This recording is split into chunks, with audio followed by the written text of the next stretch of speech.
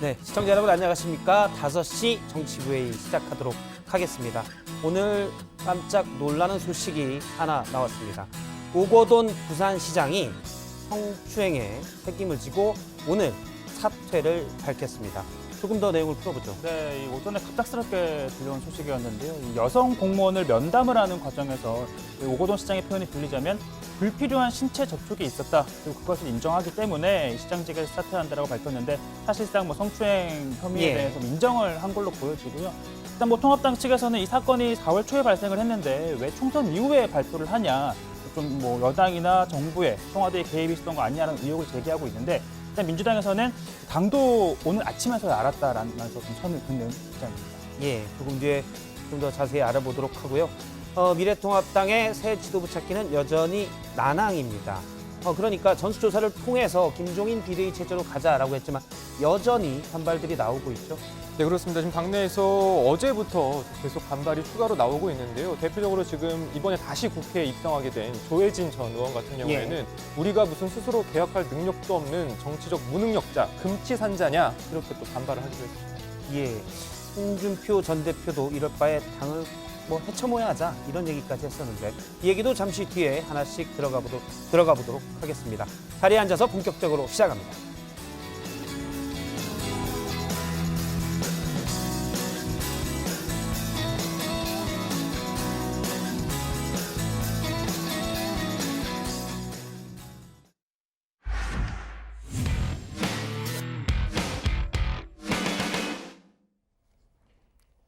예, 긴급재난지원금 얘기부터 해보도록 하겠습니다. 그동안 지급 범위를 놓고 이견을 보였던 민주당과 정부가 100% 지급에 합의를 했습니다. 대신 자발적인 기부를 받아서 정부의 재정 부담을 좀 줄이겠다 이런 계획인데요. 하지만 미래통합당은 정부가 시민단체라며 비판의 목소리를 높였고요. 다시 재원 마련 방안을 가져올 때까지 추경안 심사를 할 수 없다라는 입장입니다.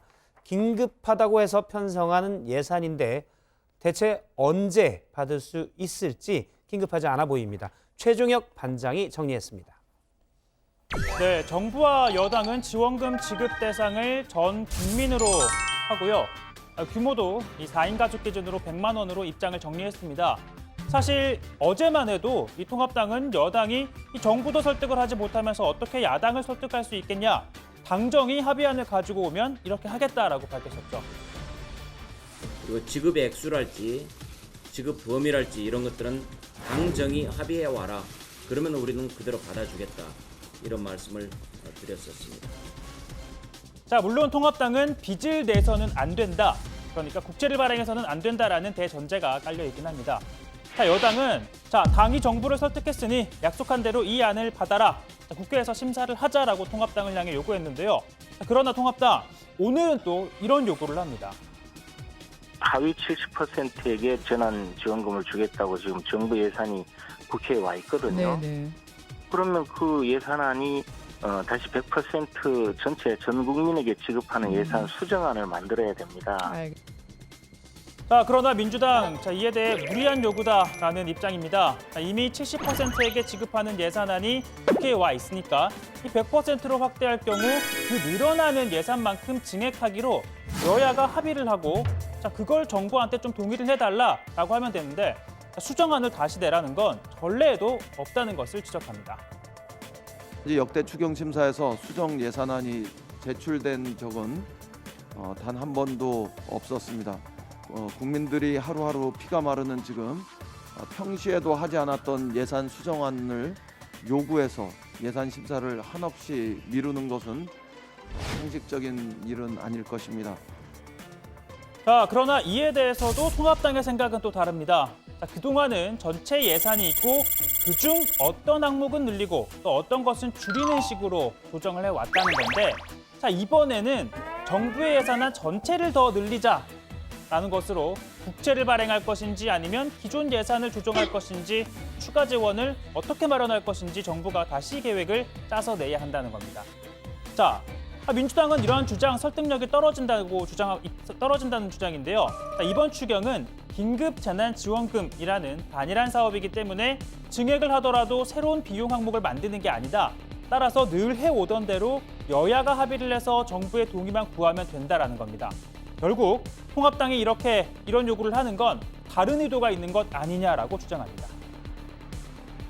전혀 근거 없는 발목 잡기로 국회 심의와 지급 시기를 지연시키고자 하는 의도라고 볼 수밖에 없습니다. 자, 이렇게 사사건건 여야가 내 말이 맞다, 내 주장은 틀렸다 이렇게 공방을 벌이는 동안 시간은 자꾸 흐르고 있죠. 그만큼 타이밍이 중요한 긴급 재난지원금의 취지는 무색해집니다. 더 나아가 국민들 입장에서는 아니 이거 준다더니 이렇게 말싸움만 하고 이러다가 안 주는 것 아니야? 라는 의심, 불만도 커질 것으로 보이는데요. 결국 여의도 포청천이 등판했습니다. 벼랑 끝에 놓인 절박한 국민의 삶을 보면서도 남은 시간을 협의해야 되겠습니다. 긴급 재난 지원금 지급은 한시가 급한 일입니다. 오늘 당장 여야가 만나 즉시 결론을 내고 의사 일정에 합의하기를 국회의장으로서 강력히 촉구합니다. 당초 재정 부담을 이유로 100% 지급에 부정적이었던 정부가 한 발 물러선 배경에는 자발적인 기부라는 아이디어가 있었는데요. 전 국민에게 주되 고소득자와 소위 사회 지도층 등의 기부를 유도를 해서 이 정부의 재정 부담을 줄이자는 겁니다. 자, 이건 문재인 대통령의 제안이었던 것으로 알려지고 있습니다. 자, 이를 두고도 여야는 각을 세우고 있는데요. 자, 민주당은 지원금을 받지 않겠다라는 국민들은 이를 기부한 것으로 보고 연말 이 세액공제 혜택을 주겠다라는 계획입니다. 이 과거 나라가 어려울 때마다 우리 국민이 보여준 정신이 또다시 발휘될 거란 기대도 내놨습니다. 또 우리가 과거에 IMF 때도 근모으기를 통해서 국민들께서 함께 협력하고 힘을 모았던 그런 경험과 저력이 있거든요. 이게 앞으로 이제 확산이 되면 이 코로나 국난 극복을 위한 범사회적 운동으로 확산될 수도 있겠죠. 네. 그러니까 이번 이 캠페인이 제2의 근모으기 운동이 될 수도 있다는 겁니다. 하지만 통합당 이에 대해 부정적인 입장인데요. 우선 지원금을 받지 않겠다는 의사를 기부라고 볼 수 있는 법적 근거가 없습니다. 또 기부 여부에 따라 착한 고소득자, 나쁜 고소득자로 나누는 사회적인 분위기가 만들어질 수 있다라고도 주장하고 있는데요. 자, 무엇보다 이 국가라는 것은 헌법과 법률에 따라 예산을 편성, 또 집행하고 국민들로부터 세금을 거두고 돌려주는 시스템에 의해 작동이 되는데 이를 국민에게 떠넘기는 건 바람직하지 않다는 겁니다. 정부 운영을 시민단체 운영하듯이 하는 것 아닌가라는 느낌을 받았습니다. 이 나라를 협찬받아서 운영할 수는 없는 것이거든요. 기부를 받아서 국채를 발행해서 이제 국민들에게 지원금을 나눠주고 또 기부를 받아서 그 부분을 충당하겠다는 것은 정상적인 국가 운영 방식이라고 볼 수가 없죠. 자, 이에 대해 여당은 자발적인 기부 의사를 가진 국민들을 우롱하는 것이다. 또 사회적 기부를 폄훼하는 것이라고 반박했는데요. 100만 공무원 기부, 또 지원금 버킷 챌린지 등 다양한 캠페인을 벌일 아이디어도 나오고 있습니다. 자, 오늘은 긴급 재난 지원금을 둘러싼 여야 공방으로 정리해 보겠습니다. 제2의 근모으기 기대, 이 국정을 협찬으로 아냐입니다. 예, 긴급 재난 지원금. 여야 정이 아주 조금씩 진전이 있는데 전혀 긴급하지 않게 진행되고 있는 진전입니다.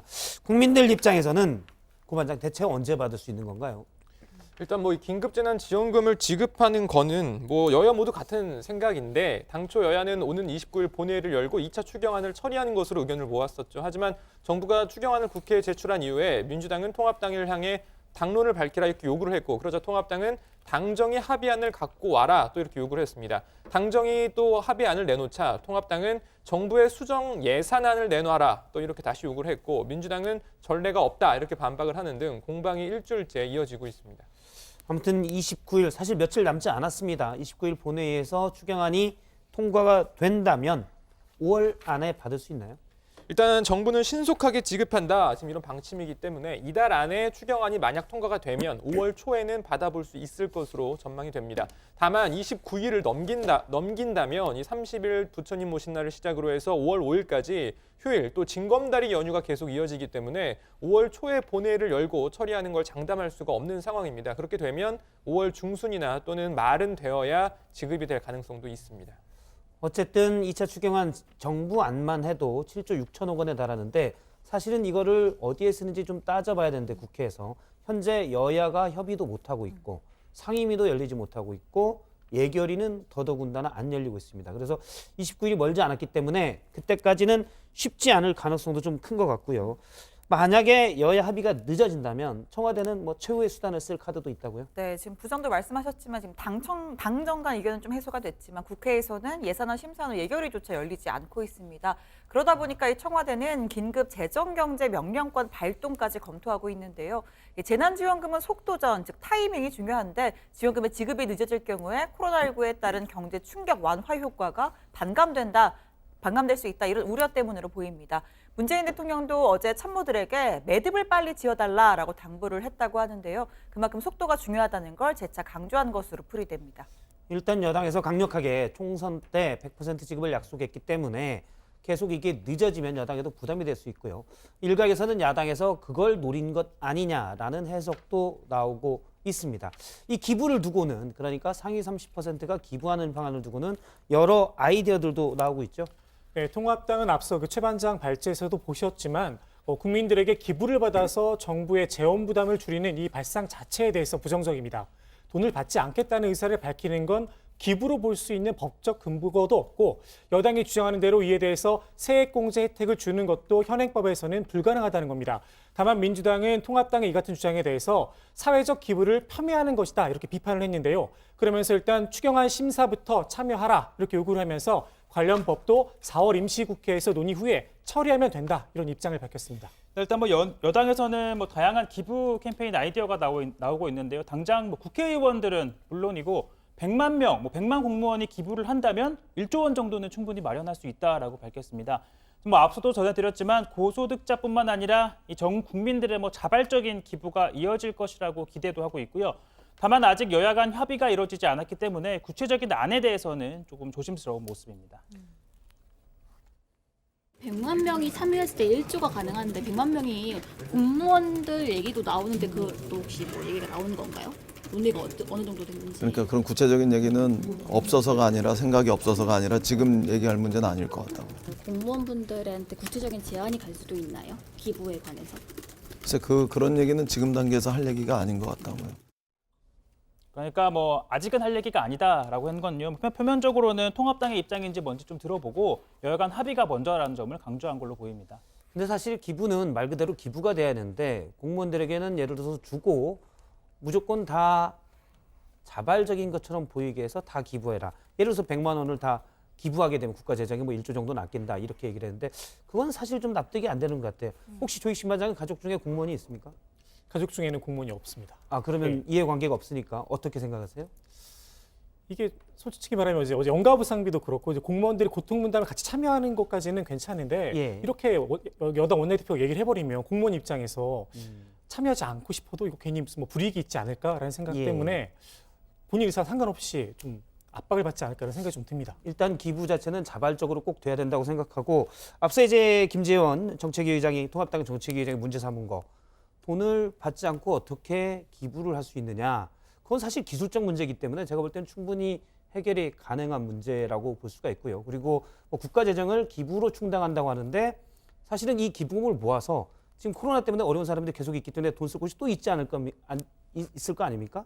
그쪽에 쓴다면 굳이 이걸 국가 재정으로 다시 환원시킨다는 거 없이 어차피 국가가 좀 더 써야 될 부분에 환원해서 쓰면 되지 않을까 이런 생각이 듭니다.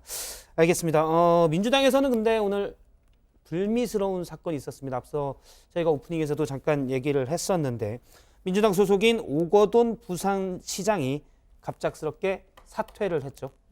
네, 오거돈 부산시장이 오늘 오전에 기자회견을 열고 시장직에서 사퇴한다고 밝혔습니다. 그러면서 구체적으로 사퇴를 하게 된 배경도 직접 설명을 했는데요. 들어보시죠.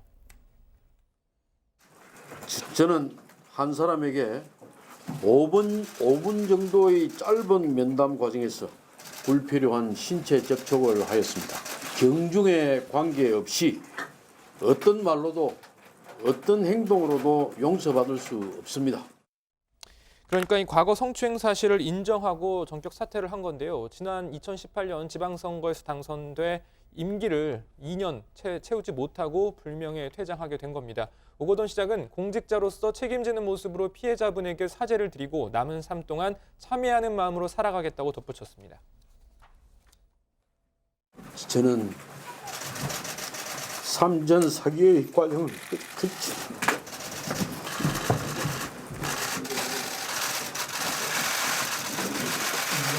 삼전 사기의 과정을 거치면서 시장이 된 이후 사랑하는 부산을 위하여 참 잘 해내고 싶었습니다. 이런 부끄러운 표정을 보여드리게 되어 너무나 죄송스럽습니다만 지금 제가 할 수 있는 유일한 선택이 바로 이것이라고 생각을 합니다. 부산을 너무너무 사랑했던 한 사람으로 기억해 주십시오. 시민 여러분 정말 죄송합니다. 예, 사실 전격적으로 벌어진 일입니다. 저희들도 이제 오전에 관련 소식을 듣고 깜짝 놀랐는데 민주당은 뭐라고 합니까? 부산시당에서도 잘 몰랐다고 하나요? 네, 일단 부산시당에서 민주당에 오늘 오전 9시 반쯤에 중앙당에 오늘 오거돈 시장이 이 여성 문제와 관련한 걸로 기자회견을 할 거다라는 통보를 했다고 합니다. 그러니까 11시에 기자회견 예정되어 있었으니 예. 한 2시간 정도 전쯤에 이제 알려준 거였는데요. 자, 오 시장의 이 사퇴 이후에 윤호중 사무총장이 직접 입장을 밝혔습니다. 자, 불미스러운 일로 사퇴한 것에 대해 머리 숙여 사과한다라고 밝혔고요. 자, 특히 이를 보고받았던 이해찬 대표 지금 휴가 중인데 오늘 보고를 직접 받았다고 합니다. 이 대표도 굉장히 놀랐고 당에서 취할 수 있는 모든 조치를 엄중하게 취하라라는 지시를 내렸는데 자, 윤호중 사무총장에 따르면 이 성비위 사건에 대해서는 지위고하를 막론하고 무관용 원칙을 민주당이 지켜왔다면서 자, 오 시장의 경우에도 같은 원칙하에 즉각적인 징계 절차에 착수할 것이라고 밝혔습니다. 내일 윤리심판원을 열고 또 당에서 제명을 할 방침이라고 합니다. 야당에서는 이 사건을 발표한, 그러니까 오거돈 시장이 발표한 시점에 대해서 의혹을 제기하고 있습니다. 그러니까 총선 약 일주일 전쯤에 이 성추행 사건이 있었는데 왜 이제 사퇴 발표를 하냐는 건데, 자, 이런 야당 얘기를 좀 볼까요? 일단 사건은 지난 4월 초에 발생한 걸로 알려졌습니다. KBS 보도에 따르면 피해 여성 A씨는 지난 4월 초에 부산 성폭력 상담소에 신고를 했고 이후 상담소가 사실 확인 작업을 벌여서 오 시장이 이걸 인정했다고 합니다. 이후 A씨는 공개 사과와 함께 시장직에서 사퇴할 걸 요구를 했는데 부산시가 사퇴 시기를 총선 이후로 미루자 이렇게 제안을 했고 A씨도 성추행 문제가 정치적으로 이용되는 건 원하지 않는다면서 이 제안을 받아들인 것으로 지금 전해졌습니다. 다만 통합당에서 의도적으로 시점을 조율한 거 아니냐, 검찰 수사를 촉구하는 목소리가 나왔는데요. 정우규 부산 서동구 전 당협위원장은 선거를 위해서 숨기고 있었는지 청와대와 여권에서도 알고 있었는지 시기를 주목해야 한다 이렇게 주장을 했습니다. 네, 통합당은 민주당의 민낯이 그대로 드러났다면서 비판 공세를 펼치고 있는데요. 김성원 대변인은 현역 광역단체장이 자신의 입으로 성추행 사실을 인정하며 자진 사퇴하는 보고도 믿고 싶지 않은 일이 벌어졌다라고 하면서 민주당 출신 인사들의 성 관련 문제는 비단 이번만이 아니다라고 주장을 했습니다. 그러면서 안희정 전 충남지사 사건, 정봉주 전 의원 의혹 등을 일일이 거론했습니다. 예, 민주당은 총선 전엔 그러면 몰랐다는 입장인 거죠? 네, 그렇습니다. 아까 짧게 설명을 했었는데 민주당은 이 당에서는 오 시장의 성추행 사건을 전혀 인지하지 못하고 있었고 오늘 기자회견이 열리기 2시간 전인 9시 반쯤에 부산시당의 보고를 받았다면서 총선 전에 이걸 알았다는 건 전혀 사실이 아니라고 설명했습니다. 들어보시죠. 오거돈 시장은 왜 즉시 당에 알리지 않았나요? 그건 저도 잘 모르겠습니다. 오거돈 시장이 어떻게 판단했는지는 잘 모르겠고요. 총선 한 일주일 전에 이 사건이 발생했다고 하는데 부산시당에 질문한 데 대한 부산시당의 답변은 피해자의 심리 상태가 굉장히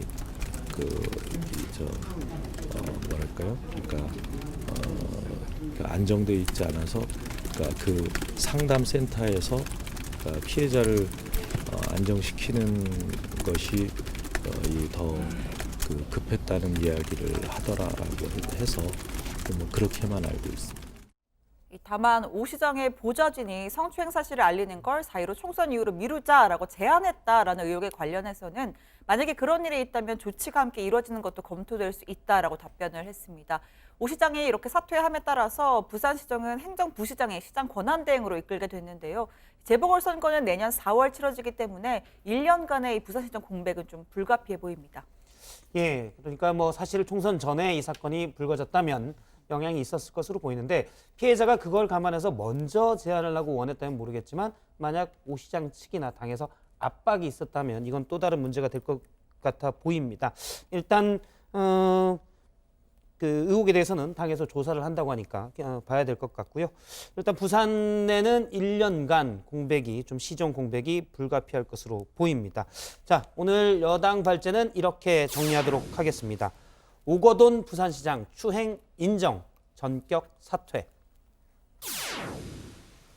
네, 오늘부터 정치부에서는 몇 차례에 걸쳐서 눈에 띄는 낙선인들, 그러니까 이번 총선에서 떨어진 사람들을 만나서 인터뷰하는 시간을 가지겠습니다. 오늘은 더불어민주당의 김혜영 의원이 나와 있고요. 지금 스튜디오에. 내일은 정의당의 이정미 의원이 예정돼 있습니다.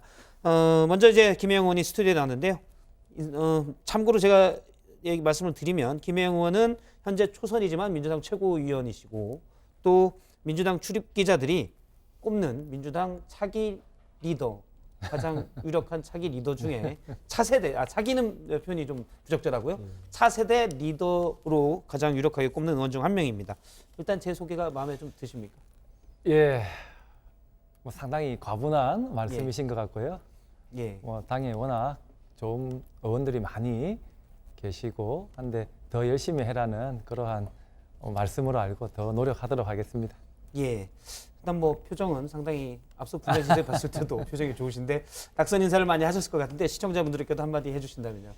예, 국민 여러분 많이 응원해 주시고 지지해 주셔서 감사드립니다.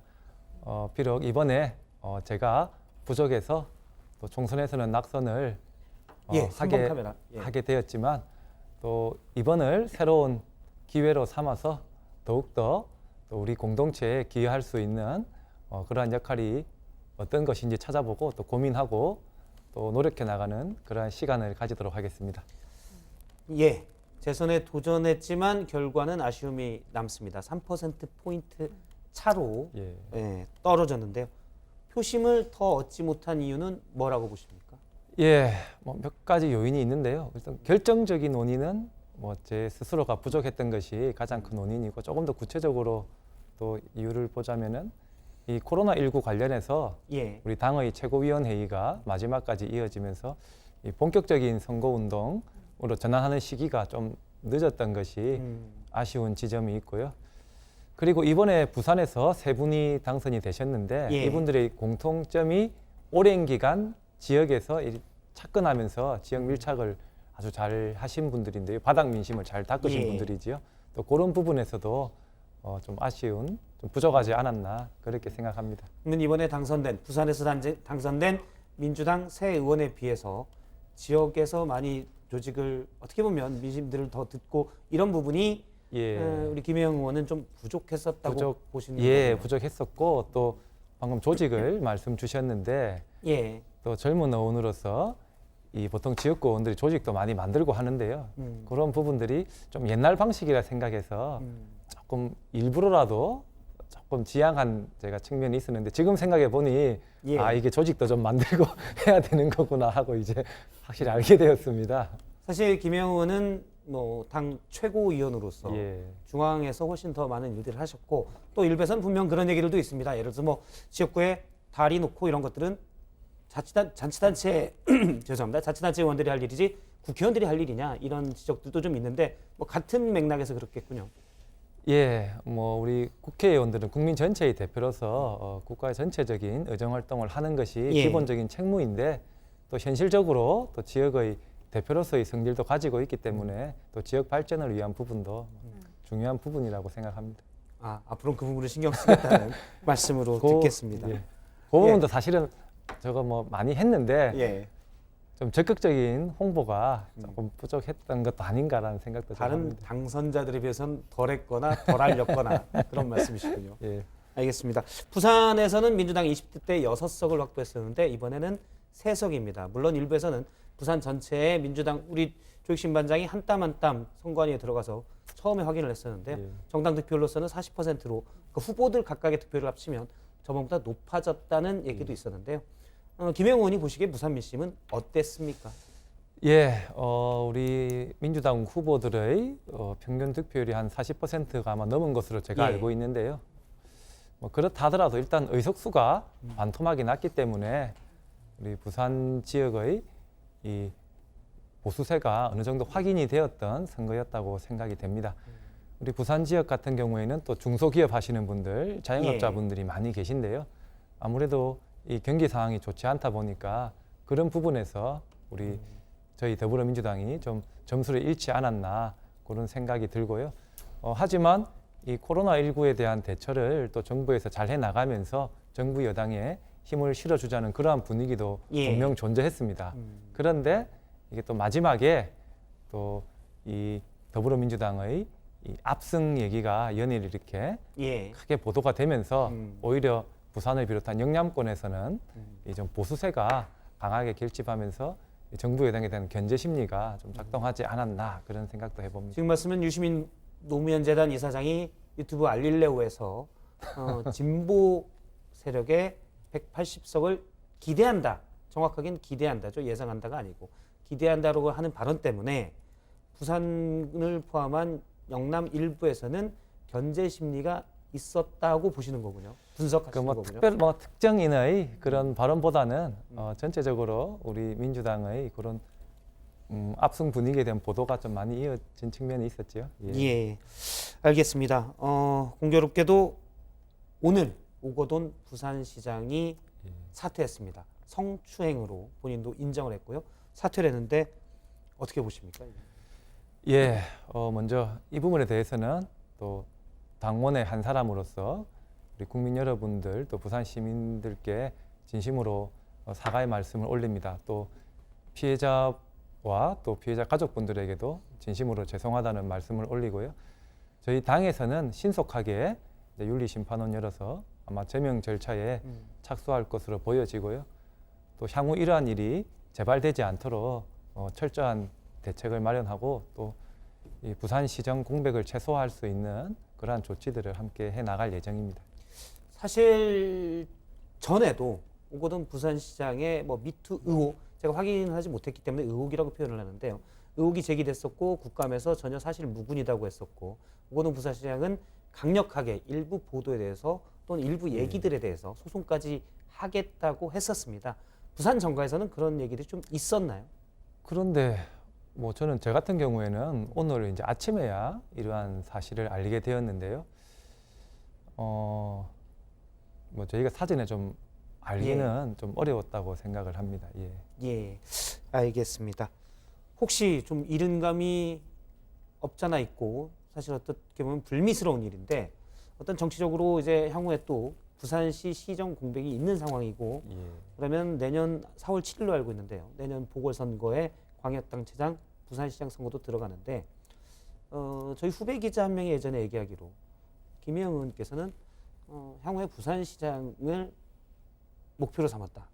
유신반장이 얘기한 겁니다. 아니 그런 얘기를 제가 별 한 기획은 없는 것 같은데요. 제가 그때 무슨 얘기에서 나왔으면 없었던 것 같은데. 부산의 단체장들이 보면 나이 드신 분들이 많아서 이렇게 좀 부산의 젊음과 역동성 제대로 좀 표출을 못한다. 그래서 좀 젊은 리더가 나왔으면 좋겠다. 그래서 기자들이 그러면 저 야당에도 김세현 의원이 있고 여당에도 좀 계시니까 두 분이 붙어서 한번 부산시장 선거를 해보는 것도 괜찮겠다. 뭐 이런 얘기를 했었습니다. 그거는 그러면 저를 특정한 것은 아니고요. 김혜영 의원의 발언이 기대나 발언이 아니고 기자들끼리 뇌피셜로 그려본 건가요? 예, 그렇습니다. 기자님 체크를 해줘서 고맙습니다. 어떻게 생각하십니까? 근데 기자들의 뇌피셜에 대해서? 그런데 지금 저희 그 당의 입장에서는 대단히 부적절한 일이 발생했기 때문에 이런 뭐 재보궐선거 관련해서 뭐 그런 언급을 하는 것 자체가 지금으로는 좀 부적절한 것 같습니다. 알겠습니다. 더 이상 묻지 않겠습니다. 왜냐하면 지금 뭐 저희 인터뷰 내용으로 김혜영 의원 차기 부산시장 도전 뭐 이런 기사가 나가는 건 상당히 부적절하기 때문에 더 이상 묻진 않겠습니다. 그래서 김혜영 의원 개인적인 얘기를 좀 여쭤보려고 하는데 20대 국회에서 대표적인 뭐 여야를 떠난 소신파로 꼽히시지 않습니까?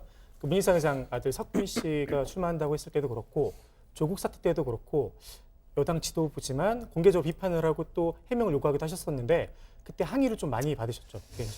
예, 보통 이제 그런 발언들을 하고 나면은 뭐 수천 통의 이제 전화와 문자가 보통 옵니다. 그래서 뭐 저한테도 오고 저희 사무실로도 많이 와서 우리 보좌진들에게 또 이 자리를 빌어서 참 고생이 많았고 또 고맙다는 말씀도 드리고요. 그런데 뭐 전혀 후회는 없고요.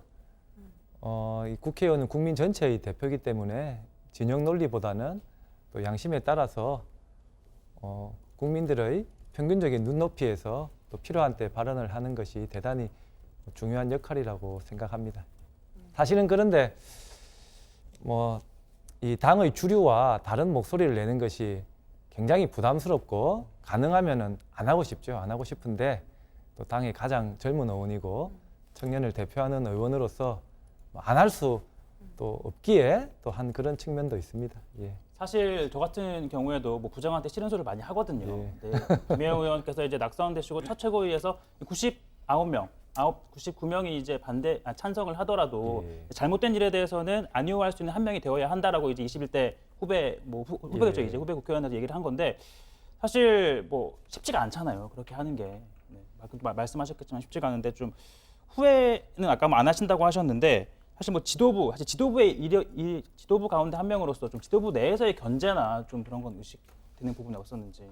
사실은 저희가 당 대표가 있고 또 최고위원이 있지 않습니까? 그런데 사실은 최고위원이 그 당 대표 의견에 예만 할 것 같으면은 최고위원이 있을 필요가 없지요. 당 대표 혼자서 당을 이제 이끌어도 되는 부분인데 최고위원이라는 이런 직책을 별도로 만들고 또 당원들이 선출을 할 때는 물론 우리 당 대표라든지 또 지도부의 의견에 최대한 협조할 때는 하지만은 또 방향이 좀 잘못되었을 때 또 우리 일부 당원이라든지 이런 분들의 의사도 대변할 필요가 있을 때는 적극적으로 다른 의견도 개진하라는 의미에서 또 최고위원이라는 자리가 있다고 생각합니다. 예. 그러니까 그런 싫은 소리를 안 할 수 있으면 안 하고 싶다고 하셨지만 총선 끝나고도 지금 말씀하신 내용을 또 언급을 하셨고, 그러니까 뭐 잘못된 거에는 아니오라고 해야 되고 주류에 편승하기 위해서는 침묵할 게 아니라 더 강하게 견제해야 한다.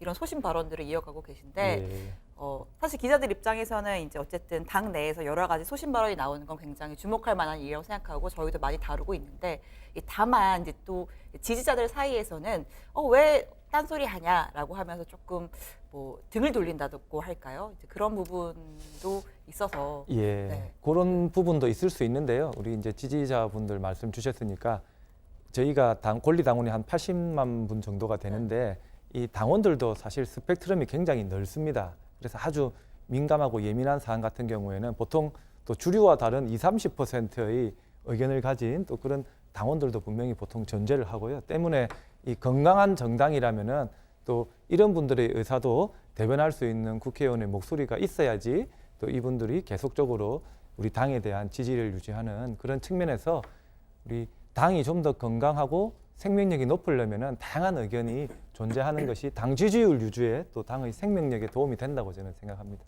사실 이번 총선, 그러니까 20대 총선에서 처음 당선됐을 때 당시가 더 어려운 선거였는데 당시에는 당선이 됐고 어떻게 보면 지금은 그때보다는 지역구 측면에서는 상황이 좀 더 나을 수도 있었는데 안 된 부분은 앞서 이제 신혜원 반장이 지적한 대로 일부 민주당 지지자들이 소신 발언 때문에 등을 돌렸다라는 해석도 있습니다. 이건 뭐 정치적인 해석인데요.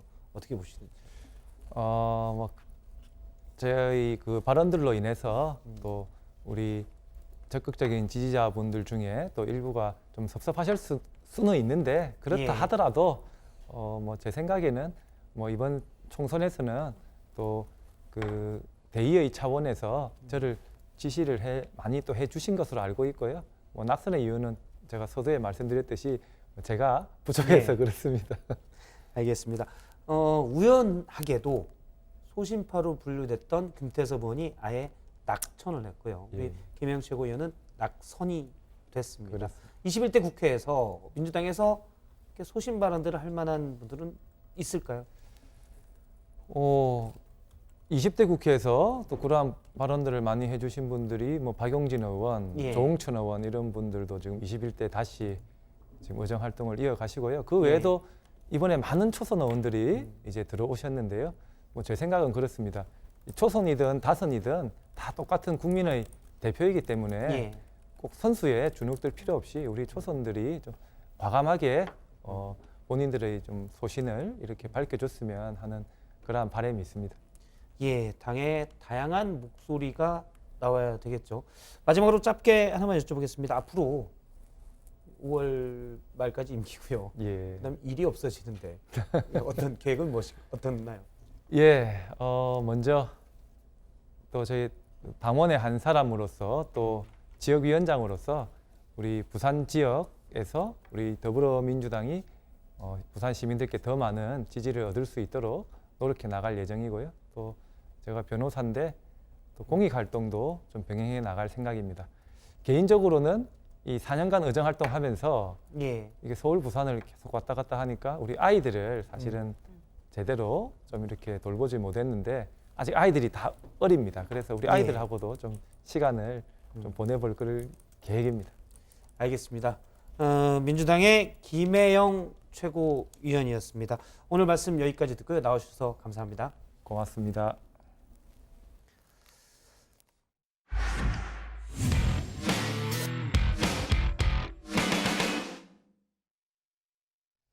네, 야당 얘기해 보도록 하겠습니다. 미래통합당이 김종인 비대위를 둘러싸고 또 갑론을박 상황에 빠졌습니다. 전권을 주느냐 마느냐 그리고 비대위 기간을 언제까지 하느냐 이 문제로 당내 반발이 이어지고 있는데요. 오늘 심재철 대표 권한대행이 무기한 비대위는 불가능하다 이렇게 말했습니다. 통합당 비대위 논란을 고석승 반장이 정리했습니다. 짜르라고 제 별명이 붙으셨다고 합니다. 요즘 저 젊은 사람들이 모두까기 인정하지 않습니까? 그러면 모두까기 짜르인 셈인데요. 지금 우리나라가 그러면 여왕과 짜르의 시대라는 말인데 정말 국민이 불쌍하다는 생각이 듭니다. 자, 안철수 대표 웃곤 있지만 조금 뼈가 있는 말 같습니다. 어제 오늘 영상은 아니고요. 지난 2016년 영상입니다. 차르라는 말을 반복해서 하고 있는데요. 차르, 자 많이 이런 단어 들어보셨을 겁니다. 자, 라틴어 카이사르가 어원인데 그냥 쉽게 말해서 황제 또는 절대군주 등을 의미하는 말이죠. 안철수 대표의 표정과 말투에서 느끼셨듯이 좋은 말로 쓴 것 같진 않은데요. 자, 안철수 대표가 당시에 차르로 비유했던 인물 바로 김종인 전 위원장입니다. 요즘도 그렇죠. 김종인 전 위원장이 미래통합당 비대위원장으로 거론되자 여기저기에서 김종인 전 위원장을 차르로 부르고 있습니다. 여의도 차르, 외부 차르 등등 많이 이런 단어를 쓰고 있는데 자, 김종인 전 위원장을 언제부터 차르로 불렀는지 찾아보니까 인터넷 기사 검색 기준으로는요. 지난 2016년 3월 그러니까 김종인 전 위원장이 더불어민주당 비상대책위원장으로 있었을 때 나온 동아일보 기사가 처음입니다. 그는 현안에 대해 주변 사람과 상의해 결정하기보다는 본인의 판단에 따라 속전속결로 움직인다. 이 때문에 당내에서는 차르 김종인이라는 말까지 나온다. 자, 차르 김종인. 과연 차르는 미래통합당에 다시 입성하게 될까요? 김종인 비대위를 두고 통합당 갑론을박이 한창입니다. 자, 우선 어제 김종인 전 위원장의 라디오 인터뷰 다시 한번 보고 가시죠. 비상대책을 할 것 같으면 당헌 당규에 너무 집착하다 보면 아무것도 할 수가 없어요. 예를 들어서 국가가 비상사태에 맞아서 비상계엄령을 선포하면 헌법도 정지되는 건데. 자, 어제도 이 인터뷰를 소개해 드렸는데 방금 보신 이 부분이 인터뷰의 핵심이 아니었나 싶습니다. 그러니까 국가도 비상계엄 선포하면 헌법이 중지되는데 비상대책위원회를 꾸릴 정도로 비상 상황이라면 당헌 당규 너무 집착하지 마라. 조기 전당대회 운운하지 마라. 이런 말로 들립니다. 당 운영 권한, 이른바 전권에 대해서도 이렇게 말했었죠. 만약에 비대위원을 하는 과정 속에서 웬만한 자본 같은 거는 그건 제어를 할 수가 있으니까 그거 가지고 내가 뭘 신경 쓸 필요도 없는. 자, 비대위원장은 당 대표이기 때문에 당 대표의 권한은 당연히 다 갖는 거고 고로 당내 반발이나 잡음도 제어할 수 있다. 이런 말 같습니다. 자, 그런데 어제 심재철 대표 권한대행이 김종인 비대위 체제를 발표하자 당 안팎에서 반발이 이어지고 있습니다. 핵심은 차르를 인정할 수 없다는 겁니다. 내가 결정하면 당신들은 무조건 따라야 된다. 나는 당헌과 당규까지 초월한 비상대권을 가져야 된다. 이렇게 말씀하시는 거는 특히 이렇게 좀 비민주주의, 군의주의 지금 발상이 있는가 하는 생각이 들고 이런 발상에서 어떤 개혁이 나올 수 있을 것인가. 당대표의 권한을 달라고 하는 그런 해석도 가능하다는 거거든요. 그건 좀 다소 좀 과한 요구이라고 보고 있습니다. 네. 비상대책위라면은 말 그대로 비상적인 대책위가 돼야지. 이것이 오랫동안 기간을 끈다는 것은 이것은 그 비상대책위의 의회에도 맞지 않은 것 같습니다. 자, 심지어 김종인 전 위원장을 비대위원장으로 추천하기도 했던 홍준표 전 대표도 비판적인 입장을 내놨습니다. 아무리 당이 망가졌기로서니 기한 없는 무제한 권한을 달라고 하는 것은 당을 너무 얕보는 처사가 아닌가요? 그럴 바엔 차라리 해쳐모여 하는 것이 바른 길이 아닌가요? 자, 오늘 심재철 통합당 대표 권한대행이 김종인 전 위원장을 만나는 것으로 알려졌는데요. 심재철 권한대행은 오늘 오전 기자들에게 무기한 전권 이임이라는 표현은 올바르지 않다면서 전당대회 시기 부분 등에 대해서는 김종인 전 위원장과 논의해보겠다고 말했습니다. 자, 과연 김종인 전 위원장은 미래통합당의 2010년 이후 8번째 비대위를 맡게 될까요? 마치기 전에 오늘 박지원 의원이 라디오 인터뷰에서 김종인 전 위원장의 장점을 소개했는데요. 잠깐 보고 마무리하겠습니다. 그래도 안철수 대표가 그렇게 마라톤 해가지고 세석 확보했으면 잘한 거지 뭐. 우리는 하나도 못했는데요. 김종인 그 대표가 시원한 얘기는 했더라고요. 안철수 그 사람 심판 끝난 사람이다 하고 일거에 그런 맛은 있어요. 또 김종인 위원장이. 네, 뭐 김종인 위원장 칭찬인지 안철수 대표 비판인지 잘 모르겠지만 어쩌다 보니 오늘 발제는 안철수 대표로 시작해서 안철수 대표로 끝나는 느낌인데요. 아무튼 오늘 발제 이렇게 정리합니다. 차례의 귀환 성공할까? 통합당 갑론을박. 예, 전수조사까지 해서 김종인 비대위 체제로 가기로 했다라고 했는데 당내에서는 여전히 비토론이 많습니다. 오늘 심재철 대표 권한대행이 김종인 비대위 체제가 과반이다라는 얘기까지도 다시 부정되고 있죠. 이 문제가 있다고 하네요. 네, 그렇습니다. 심재철 대표 권한대행이 20대 국회 현역 의원과 21대 국회 당선자들 대상으로 전수조사를 한 결과 과반이 김종인 비대위 찬성 입장을 냈다 이렇게 말을 했습니다. 그런데 알려진 바에 따르면 응답자 140명 가운데 김종인 비대위 찬성은 62명이었고 현행 권한대행 체제에서 조기 전당대회 개최가 43명이었습니다. 그 외에 오세훈 비대위, 김무성 비대위 등의 답변도 있었다고 하고요. 어쨌든 응답자 전체를 기준으로 보면 김종인 비대위는 과반이 아닌 거죠. 당장 조경태 최고위원은 오히려 불신임에 가깝다. 과반 얻지 못한 김종인 카드는 무효라고 반발하기도 했습니다.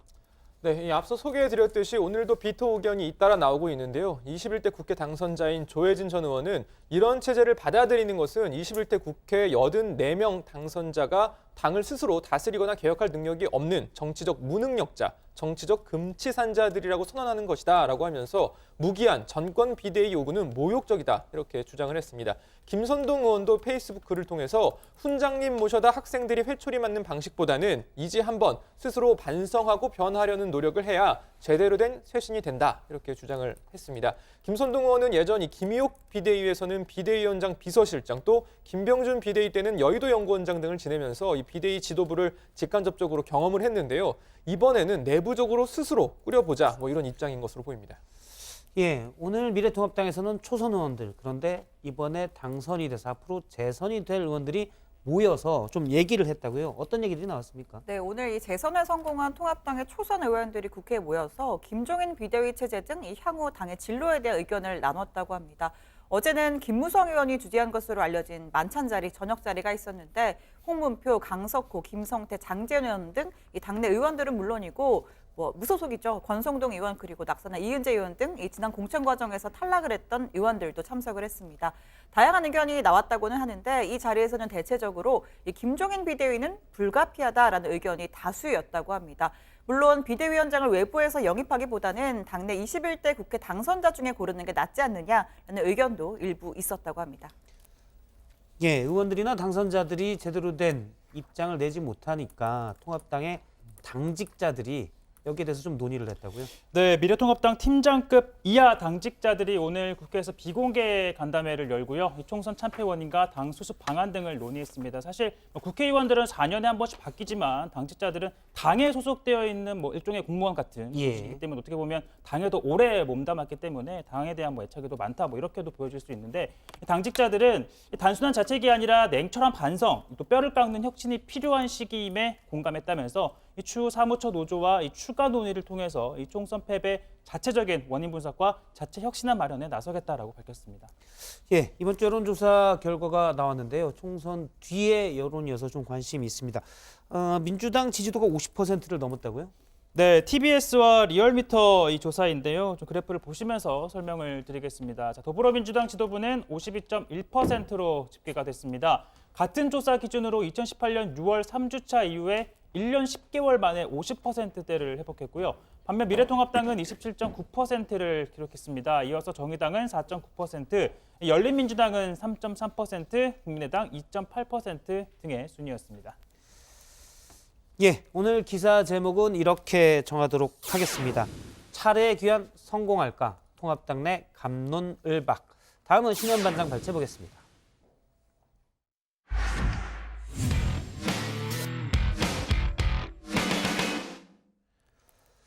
네, 코로나19 바이러스 얘기 잠깐 할 텐데요. 이번 주 들어 국내 코로나19 신규 확진자 수가 매일 10명 안팎을 유지하고 있습니다. 안정세인데요.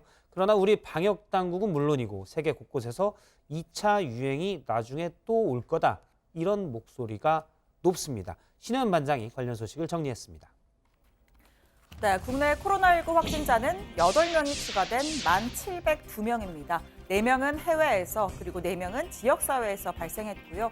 사망자는 2명 그리고 격리 해제자는 134명이 늘어서 전체 확진 환자의 78.6%를 기록했습니다. 사망자 발생은 안타까운 일이지만 전반적으로는 하루 신규 확진 환자가 닷새 연속 10명 안팎을 유지하는 등 안정적인 추세를 보이고 있습니다. 정부는 일반 환자들도 적절한 치료를 받을 수 있도록 이 감염병 전담병원의 일부를 일반 병상으로 전환하는 논의에 들어갔습니다. 격리 중인 확진 환자 수가 감소함에 따라 일부 병원의 병상 가동률이 다소 떨어졌고 일반 환자들에 대한 진료 공백 등도 우려되어 현재 운영되는 감염병 전담병원에 대한 단계별 조정을 오늘 논의하고자 합니다. 자, 하지만 이 2달째 유지 중인 위기경보 심각 단계는 하향 조정을 검토한 바 없다고 했습니다. 올 가을과 겨울 2차 대유행에도 대비해야 하는데요. 국민들에게 항체가 일정 비율 이상 형성되지 않았고 또 백신도 없는 상황에서 이 바이러스가 좋아하는 밀집되고 건조한 환경이 조성되기 때문입니다. 코로나19는 감기와 유사한 그런 어떤 바이러스이고 따라서 감기가 유행하는 그런 시기에 맞추어서 코로나19도 유행할 가능성이 높다. 2차 유행이 올 것에 대한 에크모와 음압 병상 확보, 특히 이제 중증 환자에 대한 중환자 치료에 대한 부분들은 저희는 아직까지는 충분하게 준비는 하고 있습니다. 자, 이건 과학적인 근거를 바탕으로 한 분석이니까 해외 전문가들도 입장은 비슷할 겁니다. 미국의 질병통제예방센터 로버트 레드필드 국장은 워싱턴 포스트와의 인터뷰에서 다가오는 겨울 바이러스의 공격이 우리가 막 겪은 것보다 더 힘들 가능성이 있다라면서 우리는 독감 유행병과 코로나19 유행병을 동시에 겪게 될 수 있다라는 우려를 드러냈습니다. 자, 경제 정상화의 속도를 내는 트럼프 대통령으로선 속쓰린 이야기일 겁니다. 그래도 이 전문가의 견해니까 일단 수용하고 대응책을 찾는 게 자연스러운 흐름 같은데 자, 역시 트럼프 대통령은 예측 범위 밖에 있습니다. 백악관에서 열린 코로나19 관련 브리핑에서 아예 레드필드 국장을 불러다가 수정해라고 대놓고 요구했습니다. I do want to mention a man who's done a very good job for us, Dr. Robert Redfield, was totally misquoted in the media on a statement about the fall season and the virus. Totally misquoted. I spoke to him, he said it was ridiculous. I think rather than waiting, I'd ask Dr. Redfield to come up and say a couple of words just to straighten that out, because he didn't say it was a big explosion and it was false. So I'll ask Dr. Redfield, who is a real professional, to come up and explain, please. 자, 이 장금이가 홍씨가 홍씨 맛이 나서 홍씨라고 했듯이 과학적으로 다시 올 수 있으니까 올 수 있다라고 한 건데 이렇게 결국 레드필드 국장이 불려 나왔습니다. 뭐라고 답했을까요? That's what I was trying to say to you just a minute ago, that the issue that I was talking about being more difficult is that we're going to have two viruses circulating at the same time. The comment that I made, it's more difficult. Doesn't mean it's going to be more impossible. Doesn't mean it's going to be more, as some people have said, worse. It just means it's more difficult because we have to distinguish between the two. 자, 나빠진다는 게 아니라 어려워진다는 거다. 이 미묘한 차이는 있지만 역시나 트럼프 대통령이 원한 답변은 아니었습니다. 자, 그러자 I'm accurately quoted in the Washington Post as difficult, but the headline was inappropriate. What does the headline say? Well, read the headline. The headline says CDC Director warns second wave of coronavirus is likely to be even more devastating. And isn't that That's not what he said. No, I actually think it's actually going to be. 자, 사실 이 거리두기를 언제까지 어느 강도로 유지할 건지는 전 세계적인 딜레마입니다. 전문가들은 치료법과 백신이 없는 상황에서 이 최선의 예방법인 거리두기를 유지해야 한다고 주장하죠. 이 반면에 현실적인 문제도 있습니다. 뭐 경제라는 거창한 단어까지 필요 없이 당장 먹고 사는 문제입니다. 봉쇄령이 이어지면 일을 할 수가 없고 빈국이나 선진국이나 가릴 것 없이 코로나 걸리기 전에 굶어 죽겠다라는 시위가 이렇게 커지고 있는데요. 자, 그도 그럴 게 2018년 기준 미국의 가계 중 절반 정도는 총 저축액이 $4,830, 우리 돈 600만 원 수준이라고 합니다. 그리고 현재 20, 30대인 밀레니얼 세대 중 절반은 300만 원 수준이라고 하니까 일을 하지 않고 저축만으로 한두 달 버티기도 어렵다는 겁니다. I feel like our jobs are all essential in the state of Minnesota, and I don't feel like any governor, even Governor Walz or anybody else, can't determine who or when we decide we want to go to work or where we work or anything like that. 자, 유럽의 경우에 전 국민의 이동 제한령, 상점 폐쇄령, 휴교령 등의 조치를 취해오다가 독일과 스페인 등 일부 국가는 서서히 이 제한을 풀고 있습니다. 반면에 영국과 프랑스는 봉쇄 조치를 연기하기로 했고요. 자, 각국의 사정마다 이 방역과 경제 어디에 무게를 실느냐에 따라서 판단은 달라질 수밖에 없습니다. 때론 희생과 양보도 필요하고요. 우리나라도 마찬가지입니다. 5월 초에 황금 연휴, 제주행 비행기는 벌써 만석이라고 하는데요. 조금씩 제한을 풀어 나가더라도 언제든 내가 걸리면 주변 사람에게 피해가 갈 수 있다는 마음으로 자발적 거리를 유지하는 마음가짐이 중요하지 않을까 싶습니다. 발제 이렇게 정리합니다. 올 가을 겨울 코로나 2차 유행 가능성 정부 장기전 대비해야 합니다. 예, 앞서 트럼프 대통령과 미국 CDC의 레드필드 국장인가요? 이 둘이 대화 내용을 보니까 대통령이 압박해도 그 앞에서 바로 바른 얘기를 하는 레드필드 국장이 정말 소신파인 것 같습니다. 예, 일단 정부가 올 하반기에 2차 대유행이 올 수 있다. 그래서 의료 자원을 좀 더 확보하기로 했다. 이렇게 밝혔죠. 네, 뭐 짧게는 올 가을에 2차 유행할 가능성이 있고 장기적으로는 2년간 또 지속할 가능성이 있다라고 설명을 하는데요. 그 근거는 크게 세 가지입니다. 첫 번째는 현재 일정 비율 이상의 국민에게 항체가 형성이 되지 않았고 또 치료제가 개발되지 않았다는 점입니다. 마지막으로 코로나19는 감기와 유사한 바이러스인데 이 대기가 건조해지고 실내에서 밀집 생활하는 가을, 겨울이 되면 이 바이러스 전파 가능성이 더 커진다는 겁니다. 네, 우리나라뿐만 아니라 세계 곳곳에서 경고의 목소리가 나오는데요. 아까 그 신반장 발제에서 본 레드필드 소신파 CDC 소장을 비롯해서 미국 식품의약국 국장도 지금 막 겪은 것보다 겨울에는 더 힘들 가능성이 있다 이렇게 말을 했습니다. 세계보건기구 WHO도 코로나19가 우리가 오랫동안 함께할 것이다. 가장 큰 위험 중 하나가 아니랍니다. 이렇게 지적을 했습니다. 사실 2월 말부터 코로나가 우리나라를 비롯해서 세계로 퍼지기 시작했고 그때부터 이제 거리두기 하면 가장 취약한 일자리들이 없어졌잖아요. 이 사람들은 일단 당장 하루 벌어 하루 먹고 살기 힘들어지기 때문에 정부에 이에 대한 대책을 많이 요구를 하고 있죠. 네, 일단 이 봉쇄령이 내려진 미국 각 주에서는 내 일자리도 필수다 이런 피켓을 든 시위대의 움직임이 커지고 있습니다. 방역도 좋지만 먹고 살게 해달라 뭐 이런 주장인 겁니다. 연방 정부가 성인 1인당 최대 $1,200의 코로나 지원금을 준다고 하지만 이 저축의 비중이 상대적으로 낮은 미국의 성격상 턱없이 부족하다는 지적이 나옵니다. 게다가 미국에서 실직은 곧 의료보험 상실을 의미하는데요. 워싱턴 포스트는 이 코로나19 실직으로 최대 3,500만 명의 미국인이 의료보험을 잃을 수 있다 이렇게 전망했습니다. 미국은 사실 의료 비용이 비싸서 의료보험이 없으면 사실 병원에 갈 수가 없거든요. 앞서 이제 3,500만 명이 추가로 의료보험을 얻게 되면 미국 인구의 약 5분의 1 정도가 의료보험이 없게 되는데 이것도 문제가 될 것 같아요. 네, 그렇습니다. 일단 이 트럼프 대통령 그래서 어쨌든 여러 가지 이유로 이 경제 정상화의 속도를 내려고 하고 있습니다. 한 브리핑에서 이 경제 정상화 방안을 언급을 하면서 7월 4일 독립기념일 행사는 반드시 열릴 것이다 이렇게 강조를 했습니다. 이 불꽃놀이를 포함해서 미국의 독립기념일 행사 해마다 있고요. 이를 통해서 국가 경제 정상화를 상징적으로 좀 보여주겠다 이런 취지로 해석이 됩니다. 자, 그리고 유럽에서 가장 상황이 심각했던 곳이 이탈리아잖아요. 이탈리아의 주세페 콘테 총리가 20일 상원 연설을 갖고 다음 달 4일부터는 봉쇄를 일부 완화하겠다고 밝혔습니다. 지지난달이죠. 2월 22일에 북부 지역 봉쇄를 시작한 지 2달 만인데 여전히 하루 3,000명 정도의 신규 확진자가 발생하곤 있지만 일단 정점은 좀 지났다라고 판단을 한 것으로 보입니다. 예, 이 소식이 눈에 띄더라고요. 북한이 세계보건기구 즉 WHO의 이 확진자 현황을 보고했는데 0명 이렇게 보고를 했다고요? 네, 북한은 이 확진자는 나오지 않았지만 이 주민 212명을 격리 중이라고 이 WHO에 보고를 했습니다. 지난 17일 기준으로 총 740명을 대상으로 진단 검사를 했고 이 가운데 확진자는 없었다라는 건데요. 또 지난해 12월 31일부터 외국인을 포함해서 총 2만 5천여 명을 격리해서 해제를 했다고 밝혔다고 합니다. 그런데 일본 언론의 보도였는데 최근 모습을 보이지 않으면서 건강 이상설이 있었던 김정은 북한 국무위원장이 코로나 관련해서 자가격리 중이다. 뭐 이런 얘기가 있던데요.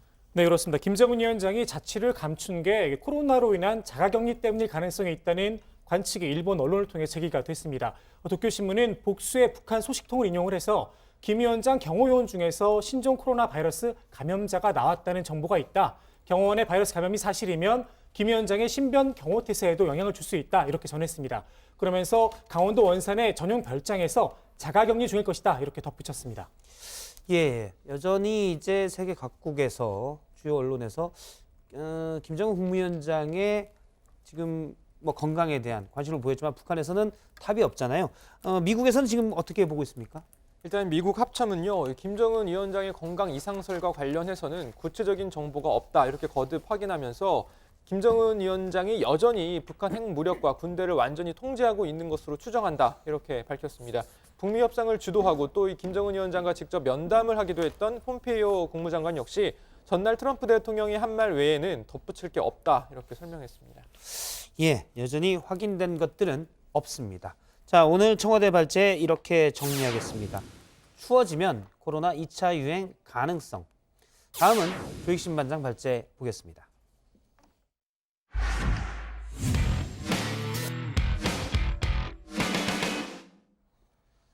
자, 리더십에 따라 코로나19에 어떻게 대응하는지 그리고 그 대응이 실제 확진자 수나 사망자 수에 어떤 영향을 미치는지 잘 보여주는 사례들이 있습니다. 각자의 세계 각국의 지도자들이 각자의 통치 스타일에 따라서 코로나에 대응을 했는데 결과도 확연하게 갈렸습니다. 관련 내용을 조익신 반장이 짚어봤습니다.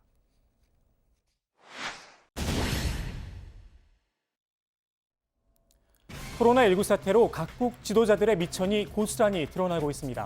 이 가운데 극명하게 대비되는 두 명의 지도자, 도널드 트럼프 미국 대통령과 앙겔라 메르켈 독일 총리입니다. 사업가 출신인 트럼프 대통령은 본인의 판단을 중요시합니다. Say, sir, what metrics you will use to make that decision? The metrics right here. That's my metrics. That's all I can do. 쉽게 말하면 일종의 감인데 투표율을 감으로 때려 예측했던 박성태 부장과 비슷합니다. 저는 65.3% 정도로 예상을 해보겠습니다. 트럼프가 감을 믿고 던진 말들, 신종 코로나는 날씨가 따뜻해지는 4월에는 사라질 거다. 이제 곧 5월입니다. 신의 선물이라던 말라리아 약은 치료 효과는 전혀 없이 사망률만 2배 높이는 걸로 드러났습니다. 반면 독일의 메르켈 총리는 숫자와 과학을 활용했습니다.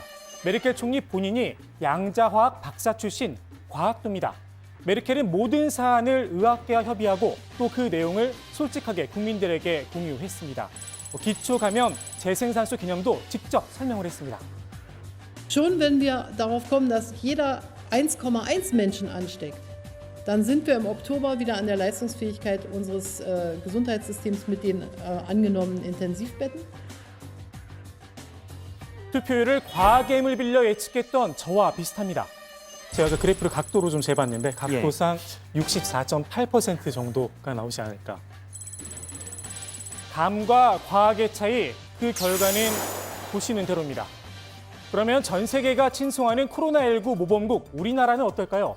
일단 정은경 중앙방역대책본부장 야전사령관을 제대로 세웠습니다. 여기에 정부는 무조건적인 믿음을 줘서 힘을 실었습니다. 물론 국민들의 높은 시민의식이 가장 빛났습니다. 머리는 빌리면 된다. 인재를 발탁해 전권을 맡겼던 YS가 떠오르기도 합니다. 너무 믿고 방심한 탓에 끝은 안 좋았지만 말입니다. 코로나 전쟁 아직 끝나지 않았습니다. 정부도 국민도 절대 방심은 금물입니다.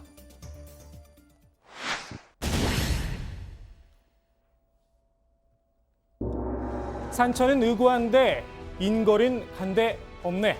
고려의 충신이었던 야은 길제가 500년 도읍지였던 개경에 잠시 들렀다가 읊조렸던 시입니다. 아마 지금 미래통합당이 딱 이 심정이지 않을까 싶습니다. 총선 참패 이후에 눈을 씻고 찾아봐도 인걸이 보이지 않는 상황이니 말입니다. 그나마 총선 전에는 유일한 희망이었던 황교안 전 대표, 정치권에서 모습을 감췄습니다. 든자리는 몰라도 난자리는 안다는데 그 난자리를 신랄한 비판이 채웠습니다. 걸음걸이에 거드림이 배어있다. 국가에 대한 의무를 다하지 못했다. 심지어 먹는 모습까지 꼬투리가 잡혔습니다. 항상 소매를 하나 걷어붙여도 자연스럽습니다. 오뎅을 먹어도 자연스럽단 말이에요. 왜 선거를 하러 가서 오뎅이 아니라 어묵이죠? 어묵이요. 예, 왜 선거를 하러 가서 어묵을 간장 하나 찍는 것도 어색하게 그런 짓을 왜 합니까? 황 전 대표는 도대체 어묵을 어떻게 먹었길래 이런 소리까지 듣는 걸까요? 직접 보시죠. 이건 어떻게 해서 먹는 거죠? 빼고 아까 간장 발라서 잡으세요. 간장 한번 살짝 발라서 잡으세요. 요거를 발라서 조금만 뭐 잡으세요.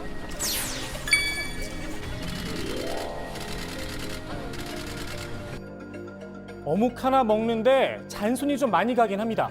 본인도 느낀 바가 있었는지 떡볶이를 먹을 땐 따로 물어보지 않고 저렇게 이쑤시개로 젓가락을 만들어 먹는 기질을 발휘하기도 했습니다.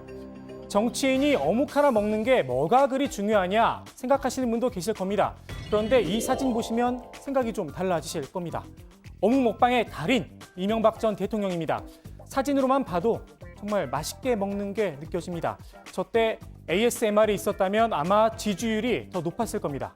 수백억 원대 자산가였던 이 전 대통령이 서민 코스프레를 할 수 있었던 힘, 바로 어묵 먹방에 있었습니다. 물론 우아하게 어묵을 먹고도 대통령이 된 분이 있습니다. 이분은 신분 자체가 달랐으니 애초에 서민 코스프레를 포기했는지도 모르겠습니다. 서민 흉내가 굳이 필요 없는 야권 주자도 있습니다. 홍준표 전 자유한국당 대표입니다. 딱 봐도 그냥 서민입니다. 그런데 이런 홍 전 대표를 두고도 또 이런 비판이 나옵니다.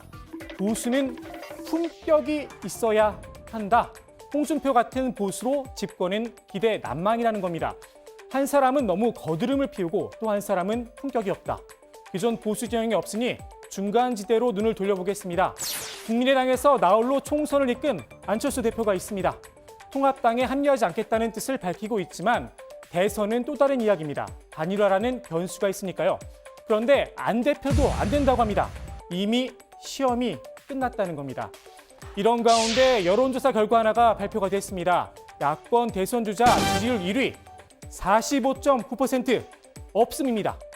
너도 안 되고 쟤도 안 되고 갸도 안 되니 없을 수밖에요. 한때 다정의 인기 코너였죠. 정치가 음악을 만났을 때 오늘의 국회 발제는 음악과 함께 정리해 보도록 하겠습니다. 통합당의 이 노래를 띄워드립니다. 인물 없는 통합당, 환상 속의 그대.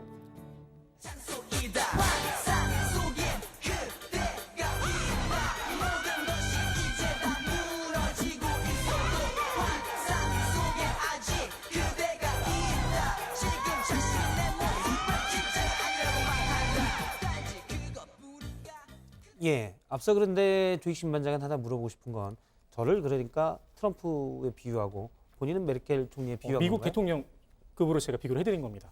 예, 어쨌든 인사평가철이 좀 남긴 했지만 상당히 소심파인 건, 특히 방송 중에 소심파인 건 제가 인정하겠습니다. 아까 보니까 이 범야권 차기 대선 주자 지지도 1위가 45.9%로 없음이었잖아요. 예. 너는 누구 하나가 이름을 최없음 이렇게 개명을 하고 나가면 예. 지도 1위가 되지 않을까 싶은데. 이건 뭐 제가 대답하기 인사평가에 그러니까 반영해 주십시오. 우석승 반장이 대답해 주세요. 네, 정말 이건 할 말 뭐 제가 논평할 가치가 없는 그런 말 같습니다. 예, 최종인 반장이 원래 상당히 웃긴데 이건 안 했으면 싶었어요. 예, 알겠습니다. 욕설 논란이 있었죠. 유권자의 문자에 욕설로 항의를 했다가 제대로 입장을 안 냈었는데 더불어민주당의 어기구 의원이 이틀 만에 입장을 냈지요. 네, 그렇습니다. 어기구 의원이 어제 저녁 자신의 페이스북에 사과 글을 올렸는데요. 아껴주신 국민과 당진 시민께 큰 염려를 끼쳐드렸다면서 대단히 송구하다 이렇게 밝혔습니다. 바쁜 일정을 소화하는 와중에 자신도 인간인지라 스트레스가 극에 달했다면서 순간 평정심을 잃고 부적절한 언사를 하는 큰 실수를 했다고 해명했습니다. 예, 입장 발표가 좀 늦었는데 연락을 끊고 그러니까 뭐 연락 두절 상태였잖아요. 왜 그랬다고 합니까? 본인에 따르면 꼬박 이틀 동안 깊은 성찰의 시간을 가졌다라고 합니다. 이 의원의 말에 따르면 지난 4년 동안에도 뭐 자그마한 현안이라도 생기면 일방적인 주장이나 지시, 심지어 뭐 인간적으로 좀 견디기 힘든 모욕조차 서슴지 않는 내용의 문자 폭탄으로 정상적인 생활이 좀 불가능할 지경이었다라고 하는데요. 그러니까 한마디로 본인도 힘들었다 이런 이야기 한 게 아닐까 싶습니다. 예, 사실 물론 뭐 그 상황에 대해서 어기구 원 측 입장에서만 본다면 당황스럽고 이해는 되겠지만 이런 일일수록 빨리 해명을 하고 사실은 사과를 해야 맞는 건데 늦은 감이 많습니다. 다음 이야기로 넘어가 보도록 하겠습니다. 요즘 군인들이 스마트폰 쓰고 있는데 이 스마트폰 카톡방에서 암구어 그러니까 군인들끼리 서로 물어보는 3급 비밀인데 이걸 얘기하다가 논란이 됐다고요? 네, 그렇습니다. 군대에서 피하 식별을 위해서 정해놓은 말 이걸 암고라고 하는데요. 상급 비밀로 규정이 되어 있습니다. 암고는 매일 변경이 되고 유선으로도 전파할 수가 없습니다. 만약에 암고가 밖으로 유출이 되면 바로 폐기를 하고 새 암고를 만듭니다. 그만큼 기밀이라는 건데 이 암고를 장병들이 카카오톡 방에 공유를 한 겁니다. 예, 암고 뭐 그런 거잖아요. 예를 들어서 뭐 홍길동 하면 심청이 그렇게 해서 서로 우리끼리만 비밀을 위해서 잘 안 보일 때 적군인지 아군인지를 구별하는 건데 이걸 카톡방에 공유를 하면 새어나갈 수가 있잖아요. 근데 어떻게 적발이 된 겁니까? 일단 그 암고가 뭐냐고 물었던 이 장병은 외박을 나가 있는 상태였습니다. 이 부대에 복귀를 하려면 위봉설을 거치게 되어 있잖아요. 그런데 여기서 이 장병이 암고가 뭐 이렇게 암고를 대니까 암고를 또 된 거죠. 외박을 나갔던 장병이. 사실 그런데 외박을 나가 있으면 부대 밖에 있기 때문에 바뀐 암고를 모르는 게 정상이잖아요. 그날 바뀐 암고는 몰랐어야 되는 거죠. 그런데 이거를 바로 대답을 하니까 좀 수상하게 여긴 위병소 근무자가 상부에 보고를 했고요. 이런 사실이 밝혀지게 된 겁니다. 예, 알겠습니다. 사실은 통신 스마트폰을 쓰게 하고 그러면서 좀 더 자유롭게 되고 편리해졌는데 이런 것도 지킬 건 군인들이 지켜야 되지 않나라는 생각입니다. 오늘 국회 발제 이렇게 정리하겠습니다. 인물 없는 통합당 환상 속의 그대. 예.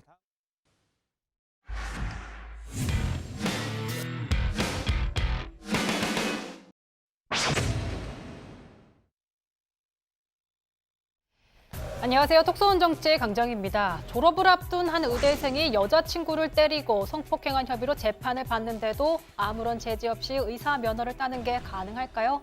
가능한가 봅니다. 전북의 한 의과대학 본과 4학년에 재학 중인 A씨의 이야기인데요. 지난 1월에 헤어지자는 여자친구의 목을 조르고 성폭행한 혐의와 음주운전 두 사건으로 총 3명을 다지게 재판을 받았는데 1심에서 집행유예를 선고받았지만 항소심을 진행하면서 의사시험도 준비 중이라고 합니다.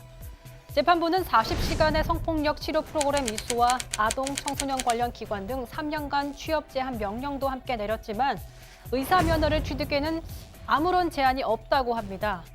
이런 사실이 알려지면서 국민청원 게시판엔 해당 학생에 대한 출교 조치와 함께 국가고시 응시나 의사 면허 취득을 막아달라는 글이 올라왔는데요. 하루 만에 2만 명 넘게 찬성했습니다. 여기서 가장 의문이 드는 건 학교는 어떤 징계를 하지 않는 걸까? 왜 하지 않는 걸까?입니다. 대학 측의 입장은 이렇습니다. 교직원과 달리 학생 개인 신상 내용은 학교에 따로 통보되지 않습니다. 그래서 관련 사실을 뒤늦게 알게 됐지만 하루빨리 사실 여부를 확인해 징계위원회를 열고 징계 수위를 논의할 계획입니다. 학교 자체의 최고 징계는 퇴학. 하지만 과연 근본적으로 해결이 된 걸까요? 이런 사례도 있었거든요.